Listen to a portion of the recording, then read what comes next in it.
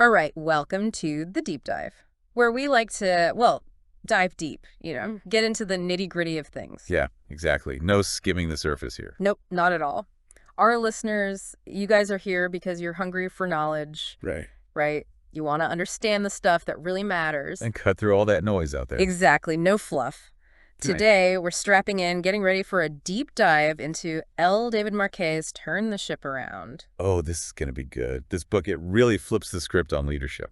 It does. It totally does. So we're going to be pulling out those golden nuggets, those core principles of his leader model, and then we'll see how they can really change the way you think about, well, business success. Yeah, it's all about shifting that perspective. Right. So instead of that traditional top-down, do as I say kind of leadership. The old command and control. Yeah, exactly. We're talking about a model where leadership, it blossoms at every level. Everyone's a leader in their own right. Absolutely. So think of this deep dive as a journey, all right?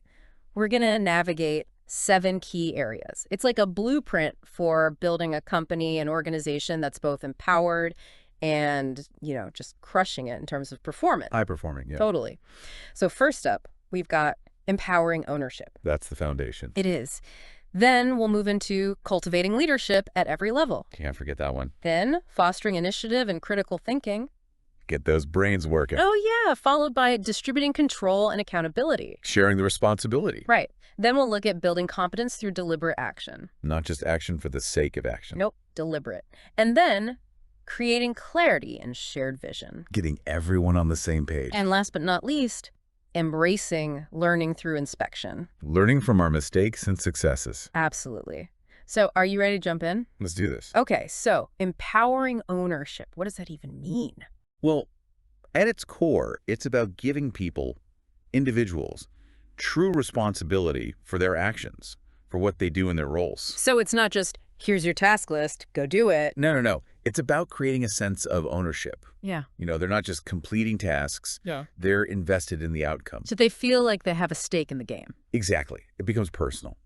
Now, one really interesting thing I've noticed is the impact this has on problem solving. Problem solving. Yeah. When people feel like they own their work, they don't just wait for problems to, escalate up the chain of command. They take initiative. They jump right in. They try to find solutions themselves. And get this, there's actually data suggesting that teams with a strong sense of ownership, they can come up with way more innovative solutions. Really? Like, how much more? Sometimes upwards of 30% more. Wow, that's significant. It's huge. It's like Yeah. you're unlocking all this hidden creative potential within your team. Yeah. It's like, if you think about it, it's like, you've got this incredibly talented artist, right? And you're only letting them paint by numbers. You're stifling their creativity. You're not letting them express themselves. Exactly. Now imagine what happens when you give them the freedom to create. That's where the magic happens. Absolutely.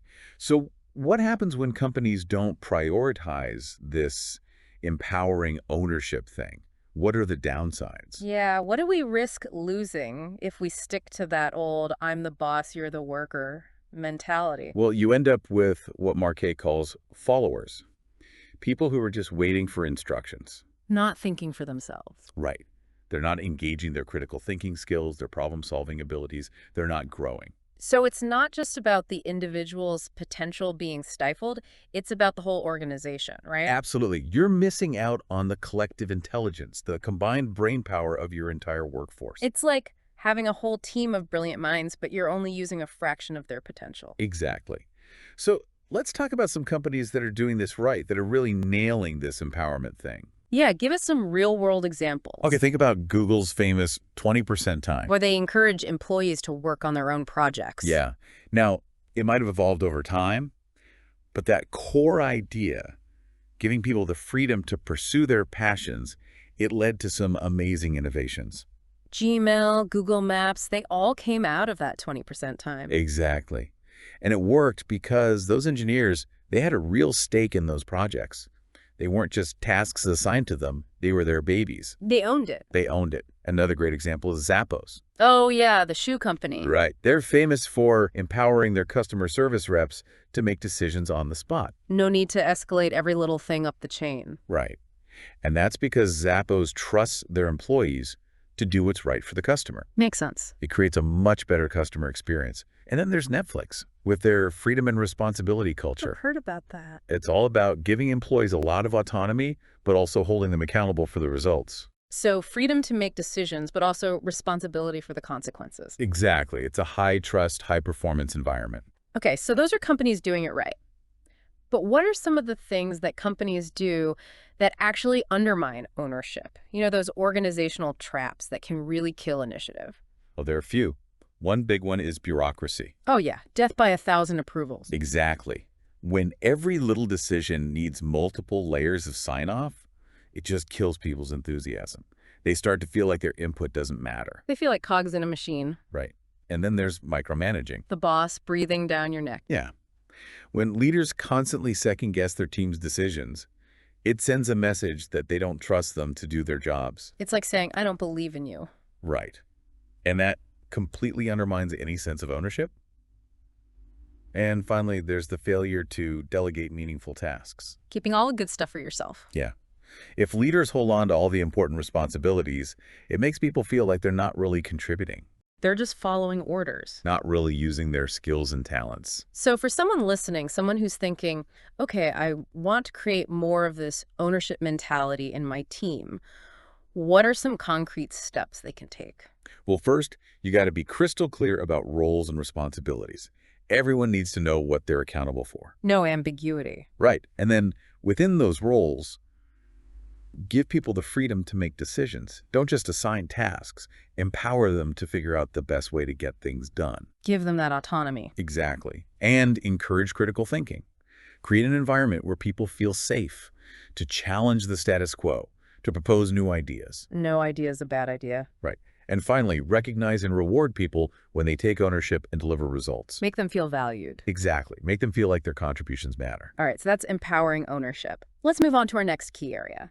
Cultivating leadership at every level. This is where things get really interesting. Yeah, because this challenges the traditional view of what a leader is, right? It's not just about the person with the fancy title. Exactly. Marquet's argument is that leadership, it's not a position, it's a behavior. It's a way of being. Right. It's about taking initiative, making decisions, influencing outcomes. And that can happen at any level of an organization. So you don't have to be the CEO to be a leader. Not at all. And when you cultivate this mindset throughout the company, you unlock a massive amount of potential. So what are some of the benefits of embracing this idea of distributed leadership? Well, for one, it supercharges innovation and problem solving. When you have more people thinking like leaders, you have more people identifying problems and coming up with solutions. More brains working on the challenges. Exactly. It also makes the organization more resilient. You know, if one person leaves, it doesn't bring the whole system crashing down. Because leadership isn't concentrated at the top. Right. And it creates a more adaptable organization, one that can respond quickly to change. Because everyone's empowered to make decisions. And you end up with a workforce full of skilled, knowledgeable, critical thinkers. Which benefits everyone. Absolutely. So what happens when you don't cultivate leadership at every level? Yeah, what are we missing out on? You're essentially limiting your brain power. You're creating a culture where most people are just waiting for instructions. Not using their full potential. Right. And that leads to disengagement. People feel less invested in outcomes when they have no control over them. They feel like their input doesn't matter. Exactly. And the organization becomes slower and more bureaucratic because every decision has to go through a few people at the top. It creates a bottleneck. It does. Now let's look at some companies that are doing this distributed leadership thing really well. Yeah, give us some examples. Okay, there's W.L. Gore and Associates, the company that makes Gore-Tex. I know them. They have this really interesting lattice structure. Very little traditional hierarchy. Leadership emerges organically based on expertise and initiative. So no climbing the corporate ladder. It's more about who steps up. Exactly. And then there's Valve Corporation, the video game developer. I love their games. They have a super flat structure. Teams form around projects, and people take on leadership roles based on their skills and passions. So it's very fluid and dynamic. It is. And then there's Morningstar, the tomato processing company. I haven't heard of them. They're amazing. They have a completely managerless structure. No managers at all. Nope. Employees negotiate their roles and responsibilities directly with each other. Wow, that's radical. It is, and it works for them. So what are some of the things that prevent companies from cultivating broader leadership? Yeah, those roadblocks that keep us stuck in that old top-down model. Well, one big one is rigid hierarchies. The classic corporate pyramid. Right. When people feel trapped in their defined roles, leadership can't flourish. They need the freedom to act. And then there's the culture of silencing dissenting opinions. Don't rock the boat. Right. When people are afraid to speak up, you lose out on valuable perspectives. And finally, there's the failure to provide growth opportunities. No training, no development. Right. If people don't have the chance to develop their leadership skills, they'll never step into those roles. So for our listeners, if they're thinking, okay, I want to foster more leaders in my organization, where do they start? First, encourage initiative. Give people opportunities to take ownership, even if it's just small projects at first. Let them try things out. Right. Invest in leadership training. Help people develop those crucial skills like communication, decision-making, problem-solving. Don't just focus on technical skills. Exactly. And create a culture where leadership is recognized and celebrated at all levels. And not just at the top. Exactly. Make it clear that leadership is a behavior, not a title. All right, moving on to our third area, fostering initiative and critical thinking. So it's not enough to just do what you're told. Right. Right. We want people to be thinking critically, to be proactive. Exactly. We want them to be engaged, to be using their brains. So what are the advantages of having a team that's full of initiative and critical thinking? Well, first off, you'll spot problems earlier. People will be more attuned to what's going on, and they'll be more likely to raise flags before things blow up. They'll be proactive instead of reactive. Exactly. And you'll have more innovative solutions. When people are thinking critically, they're more likely to come up with creative ideas. They're not just following the same old routine. And you'll have a more engaged workforce. When people feel like they're contributing their ideas, they're more invested in the work. They feel like their voices are being heard. Absolutely. Now, what happens when you don't foster initiative and critical thinking? What are the risks? You end up with a culture of passivity. People become reliant on top-down instructions. They're afraid to take any risks. They don't want to step outside the lines. Right. And that leads to missed opportunities, slow response times, a lack of innovation. The organization becomes stagnant. It does. And you end up with disengaged employees. People get bored when they're not challenged. Their talents go to waste. Yeah, exactly. So let's look at some companies that are doing a great job of fostering initiative and critical thinking. Give us some examples. Okay, there's 3M. They're famous for their 15% time policy. Where employees can work on their own projects. Right. And that's how they came up with Post-it notes. A classic example of innovation coming from the bottom up. Exactly. Then there's Amazon with their bias for action principle. 50 risks, move fast. That's the Amazon way. And then there's Atlassian, the software company. They had these ship it days. Oh, I've heard about those. It's like a 24-hour hackathon. Employees can work on any project they want and then present their creations. It's like a celebration of creativity and innovation. It is. So what are some things that stifle initiative and critical thinking? Yeah, what are those organizational killjoys? Well, one big one is punishing mistakes. Creating a culture of fear. Right. If people are afraid of getting in trouble for trying something new, they'll just stick to the tried and true. They'll play it safe. And then there's overly rigid rules and procedures. Red tape everywhere. Yeah. When people feel like they have to follow the rule book to the letter, it stifles their creativity. No room for flexibility or innovation. Exactly. And finally, there's a lack of opportunities for experimentation and learning. No room to try new things and see what works. Right. If people don't have the chance to experiment, they'll never develop those critical thinking skills. So for our listeners, if they want to cultivate more initiative and critical thinking in their teams, what should they do? Create a safe environment for experimentation. Let people know it's okay to try things out, to make mistakes. No fear of failure. Right. Encourage people to ask questions, to challenge assumptions. Curiosity is a good thing. Absolutely. And create opportunities for collaboration and brainstorming. Let people bounce ideas off each other. Two heads are better than one. Exactly. And let people know that their ideas are valued. Make them feel like they're contributing. That's key. Okay, let's move on to our fourth principle. Distributing control and accountability. And this is where the rubber meets the road. Yeah, we're talking about actually putting empowerment into practice. Right. It's about giving people the authority to make decisions and then holding them accountable for the results. So it's not just about giving people a voice. It's about giving them real power. Exactly. Yeah. So what are the benefits of distributing control and accountability? Why is this a good thing? Well, it increases ownership and commitment. When people have control over their work, they're more invested in the outcome. They have skin in the game. Exactly. It also frees up leaders to focus on strategic priorities. They're not bogged down in the day-to-day minutia. Right. And it leads to faster and more effective decision-making. Because the people closest to the problem have the power to solve it. Exactly. So what happens when you don't distribute control and accountability effectively? What are the downsides? You end up with overburdened leaders. They're trying to manage everything, and they become bottlenecks. Too much on their plate. Right. And you end up with disempowered employees. They don't feel like they have any control over their work, so they're not motivated. They just go through the motions. And the organization becomes slow and inefficient. It can't adapt quickly to changing circumstances. Exactly. Now, let's look at some companies that are doing a great job of distributing control. Give us some examples. Okay, there's Trader Joe's. They give their store managers a lot of autonomy. They trust their people. They do. They let them make decisions about what products to stock, how to staff the store, all sorts of things. And it seems to be working for them. It is. And then there's REI.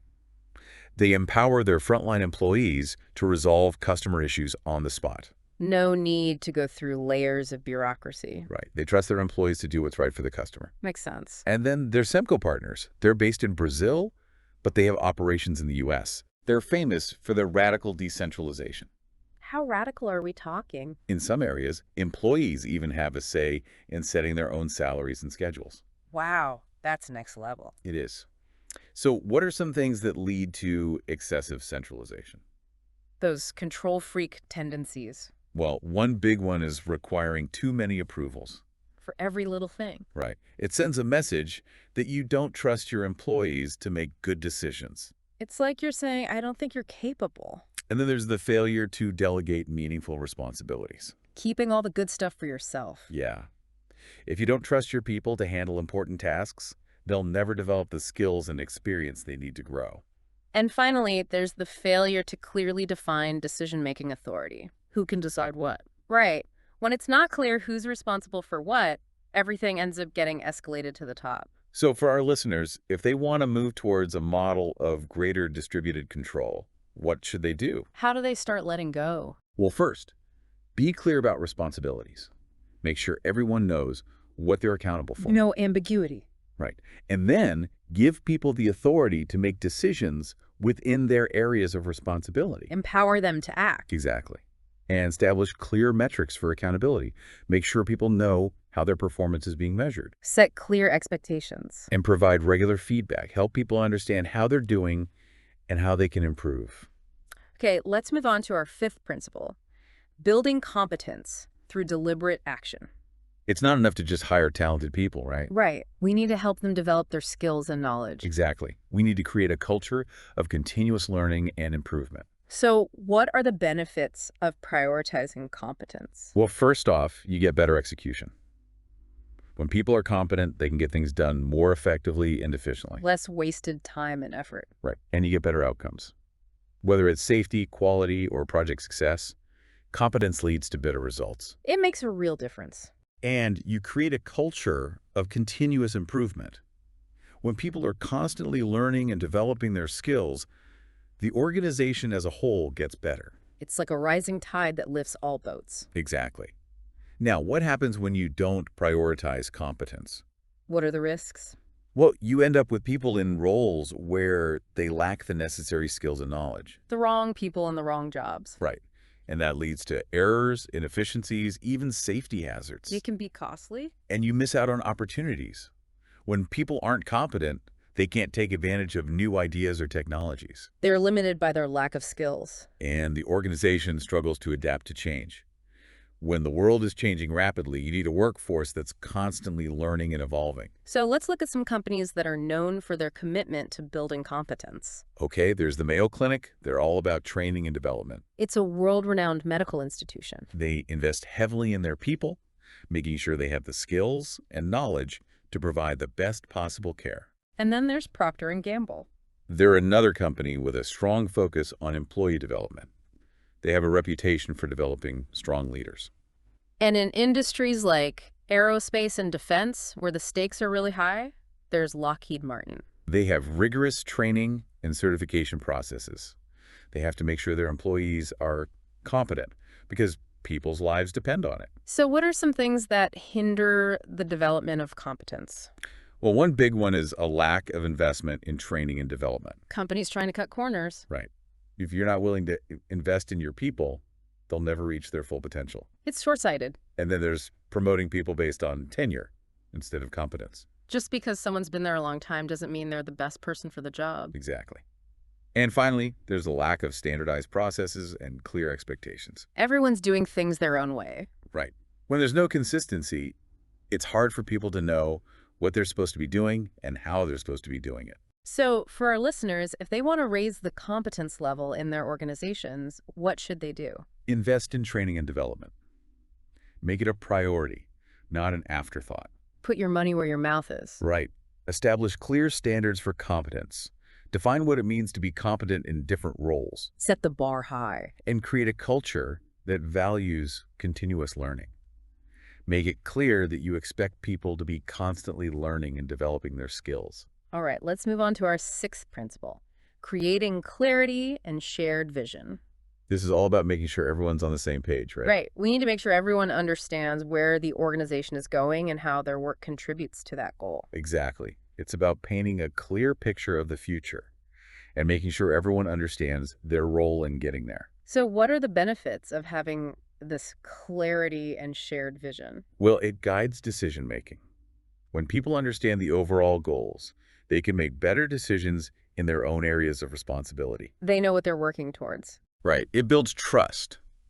When people understand the why behind decisions, they're more likely to trust their leaders. Transparency is key. It is. And it creates a sense of unity and purpose.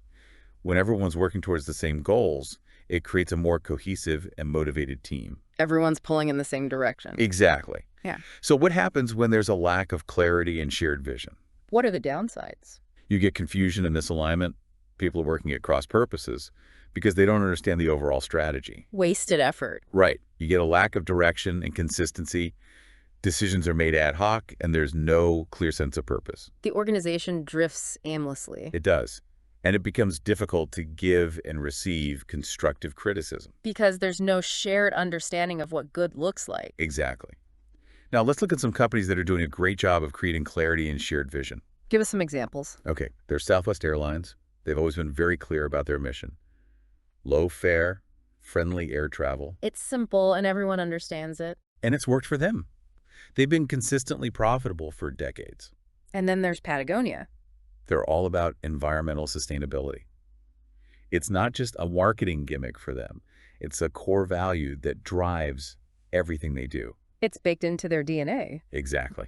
And then there's Tesla. They're all about electric vehicles and sustainable energy. Right. They have a clear vision of the future, and it inspires their employees and their customers. So what are some things that companies do that create a lack of clarity? Well, one big one is having vague or generic mission and value statements. Just empty words on a website? Right. If your mission statement could apply to any company, it's not doing its job. It needs to be specific and meaningful. And then there's inconsistent messaging from leadership. Different leaders saying different things. Right. When the message from the top is confusing, it creates uncertainty and distrust throughout the organization. People don't know who to believe. And finally, there's a failure to embody the stated vision and values in day-to-day operations. Talking the talk, but not walking the walk. Right. If your actions don't match your words, people will see right through it. So for our listeners, if they want to create more clarity and shared vision in their organizations, what should they do? Well, first, develop a compelling vision and mission statement. Make it clear, concise, and inspiring. Something people can rally around. Right.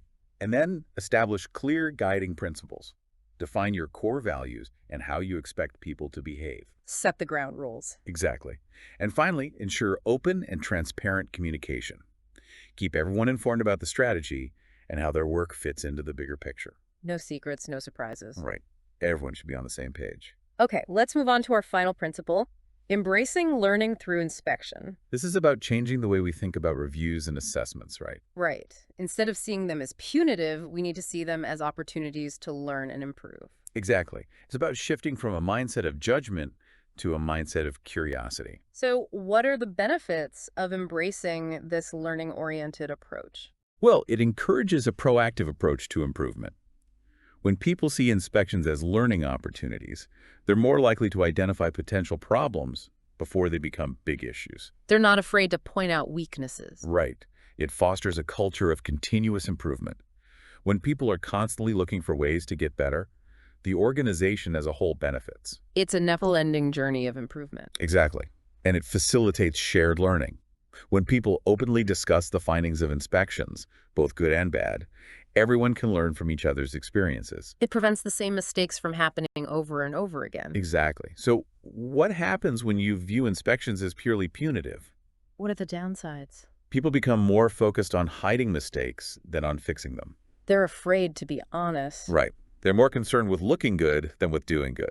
And that creates a culture of fear and blame. Exactly. People are afraid to speak up because they don't want to get in trouble. So let's look at some companies or organizations that are doing a great job of embracing learning through inspection. Okay, there's Toyota. They're famous for their Kaizen philosophy. Continuous improvement. Right. They're always looking for ways to make things better, and they use inspections as a tool to identify areas for improvement. And then there's NASA. They conduct thorough post-mission reviews. They want to understand what went right, what went wrong, and how they can improve for next time. Learning from every experience. Exactly. And in healthcare, there's a growing movement towards using incident reports and root cause analysis to identify systemic problems and prevent medical errors. It's all about making healthcare safer. Absolutely. So what are some things that companies do that make inspections feel more like tests? Well, one big one is punishing people for mistakes. Shooting the messenger. Right. If people are afraid of getting in trouble for reporting problems, they'll just keep quiet. And the problems will fester. And then there's focusing on compliance over improvement. Just checking boxes. Right. If the goal is just to pass the inspection, you're missing out on the opportunity to learn and improve. It's a missed opportunity. And finally, there's failing to follow up on inspection findings. The report just sits on a shelf gathering dust. Right. If you don't take action based on what you learned from inspections, they're a waste of time. So for our listeners, if they want to create a more learning-oriented approach to inspection, what should they do? First, frame inspections as learning opportunities. Make it clear that the goal is to identify areas for improvement, not to find fault. Set the right tone. Exactly. And encourage honest and open reporting. Let people know that it's okay to point out problems and that you won't punish them for doing so. Create a culture of trust. Right. And establish clear processes for analyzing findings and implementing improvements. Make sure that the information gathered during inspections is actually used to make things better. Close the loop. So as we wrap up this deep dive into David Marquet's Turn the Ship Around, it's clear that these 7 principles, empowering ownership, cultivating leadership at every level, fostering initiative, distributing control, building competence, creating clarity, and embracing learning through inspection, they're not just theoretical ideas. All right, welcome to the deep dive, where we like to, well, dive deep, get into the nitty-gritty of things. Yeah, exactly. No skimming the surface here. Nope, not at all. Our listeners, you guys are here because you're hungry for knowledge. Right? You want to understand the stuff that really matters. And cut through all that noise out there. Exactly. No fluff. Today, we're strapping in, getting ready for a deep dive into David Marquet's Turn the Ship Around. Oh, this is going to be good. This book, it really flips the script on leadership. It does. It totally does. So we're going to be pulling out those golden nuggets, those core principles of his leader model, and then we'll see how they can really change the way you think about, well, business success. Yeah, it's all about shifting that perspective. Right. So instead of that traditional top-down, do as I say kind of leadership. The old command and control. Yeah, exactly. We're talking about a model where leadership, it blossoms at every level. Everyone's a leader in their own right. Absolutely. So think of this deep dive as a journey, all right? We're going to navigate 7